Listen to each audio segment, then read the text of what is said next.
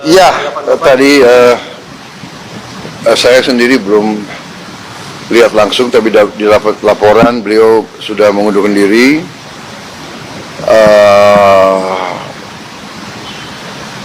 Komentar saya kira itu adalah tindakan bertanggung jawab, tindakan kesatria. Ya. Beliau sadar, beliau salah ucap, beliau bertanggung jawab dan beliau mengundurkan diri. Saya kira kita hargai sikap kesatria itu. Saya kenal beliau, ya mungkin karena beliau memang bergaul dan sering berceramah di kalangan bawah. Mungkin bahasa beliau niatnya bukan niat jahat, bukan niat menghina, tapi terlepas mungkin ya salah ucap. Beliau sadar, beliau salah, beliau bertanggung jawab, beliau mengundurkan diri. Saya kira itu ya jelas. Saya kira di Indonesia juga jarang orang merasa salah, bertanggung jawab dan mundurkan diri ya. Jadi kita hargai yang itu. Tapi ya beliau sendiri sadar bahwa beliau salah.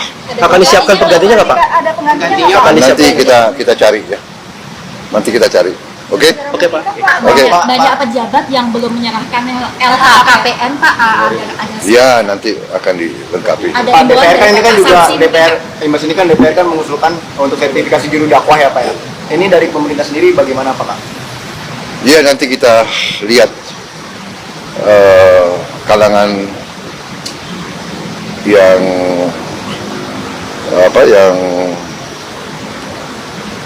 mengerti masalah ini semua, nanti mungkin mereka akan kasih masukan ya. Majelis ulama, kalangan-kalangan dari ormas-ormas keagamaan dan sebagainya, nanti kita minta pendapat mereka. Oke? Pak, PPN Terima kasih ya. Pak, PPN 12% perkembangannya seperti apa Pak? PPN 12% Pak. Kemarin Kan sudah diberi penjelasan ya, kan sudah diberi penjelasan. PPN adalah undang-undang yang kita akan laksanakan, tapi selektif, hanya untuk barang mewah. Untuk rakyat yang lain kita tetap lindungi.